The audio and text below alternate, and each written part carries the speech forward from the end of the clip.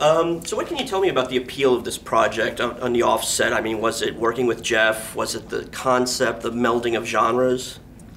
Or working with Kirsten Dunst? Oh my God, Nice. Stop it. Good answer. Like, you were probably cast before I was cast.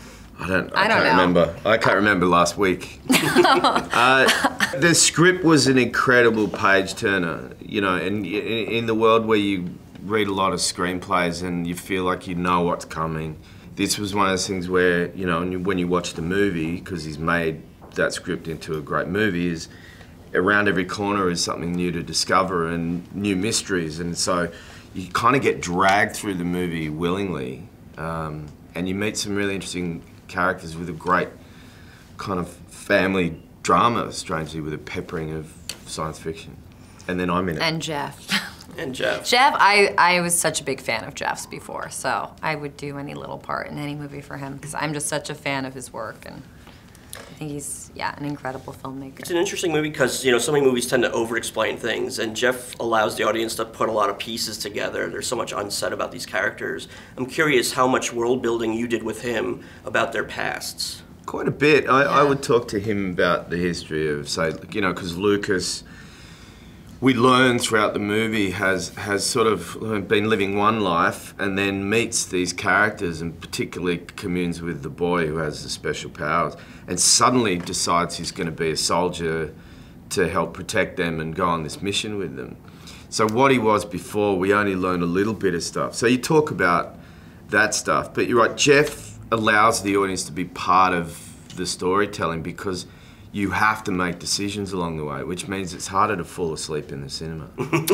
You know, if you're given too much information, you don't need to think. And, you know, every movie is sort of like a temporary family, right? But is it even more so when you actually are playing this like little makeshift family? This was a weird family. I don't know. Very dysfunctional. I remember one day. I felt like the meat and sandwich. I remember when I see Jaden for the first time, you were like talking about a hot dog, and you were like, we're rolling.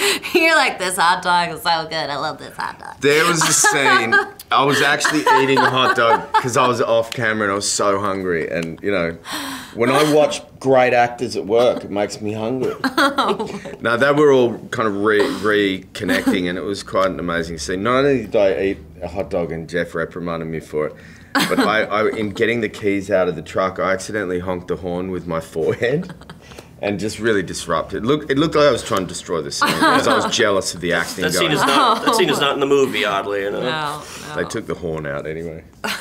It's when these guys, because, you know, Sarah hasn't seen her son in so many years, and they reconnect. In fact, and she hasn't seen her ex-partner or her ex-husband in so many years. So it was quite a great scene. For me, as an observer of that stuff, part of the joy of my role was being kind of the eyes of the audience as well, of observing what is sort of a beautiful family and the tragedy that they may not all stay together because of certain circumstances. Spoiler alert. Yeah. Major. Well, even though the movie has these pretty overt sci-fi elements, there's universal themes of wanting to protect, you know, your loved ones. And can you guys put yourself in those shoes, even though, you know, the child in question may not be of this world? I mean, I don't have any kids yet or anything, so for me, I definitely, you know, you just have to think of other things. But